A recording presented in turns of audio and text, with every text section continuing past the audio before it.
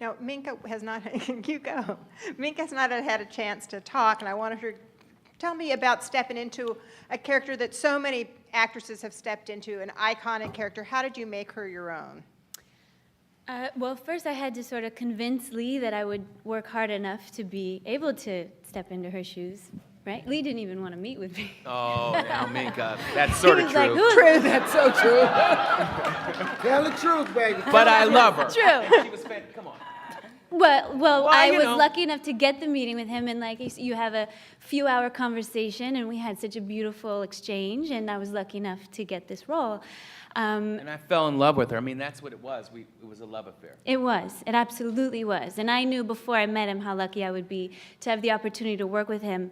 And speaking about, I think to play this character, the only difference of maybe experiences playing this role was having Lee be my director, only because it afforded the opportunity for some very authentic moments. I think the spontaneity that comes with working with Lee, or it allows for a lot of honesty, and a lot of talk has gone on about very real moments. And so his passion for that authenticity is very exciting, I think, as an actor, to be in that space, to be pushed in the way that he pushes you. I'm very grateful for that experience. And I think it was really exciting, his approach to want to explore the Kennedys in a way they've never been seen, because we have seen them so many times, and like James said, we know them so well, and I thought it was really exciting to explore them in a way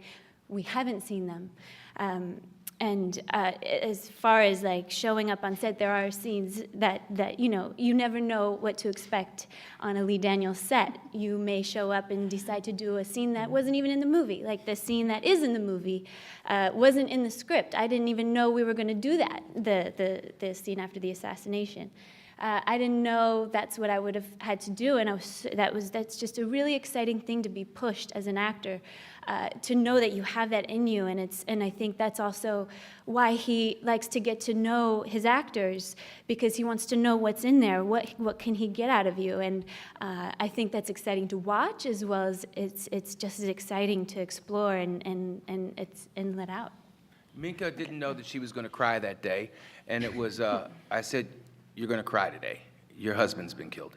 And she said, "Okay, let me get into it." So it's sort of like that where you find the truth in what people are really feeling, and how the actor reacts to a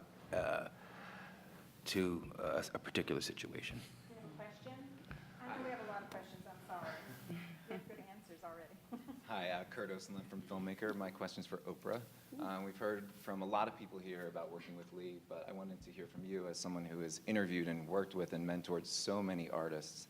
What, in your opinion, makes Lee unique, and what part of this process convinced you that he was the essential director to do this film? Well, I had worked with him on Precious behind the scenes, and so I wanted the opportunity to be in his hands, really. And contrary to what everybody may assume about me, or what some people assume, I'm really not a control freak. I really like hiring people who, as I run my businesses, I like people who know. I want to hire somebody who knows what they're doing, so I don't have to do it, and then come back to me and tell me it's done. So that's really how I like to operate. So the whole notion that I am the kind of person who likes to control everything, I am not.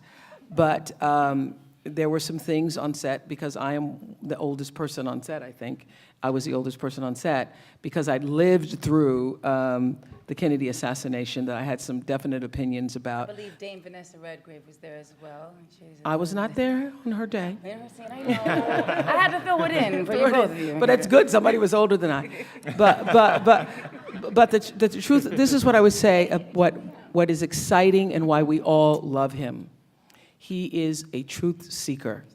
And what David was saying earlier about bringing you to the monitor, he will literally not let any of his actors get away with a breath that's a false moment.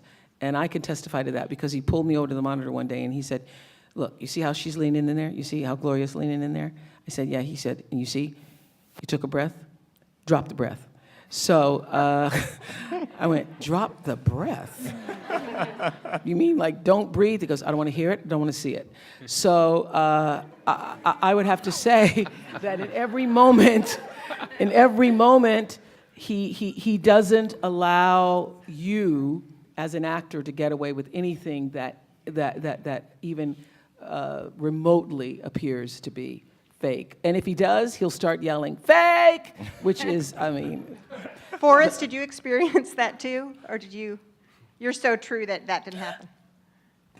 So the monitor stuff? Yeah, did Lee call you on the? I mean, he was always watching. It was more for me. It was more about like being less and less, And I mean, he used to say that for a lot. A lot of people was like, give me 50% of that, give me 10%.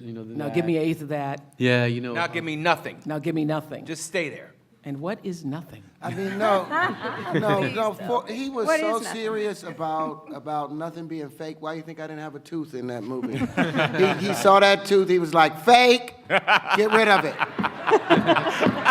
Get rid of it. I want the little brown thing.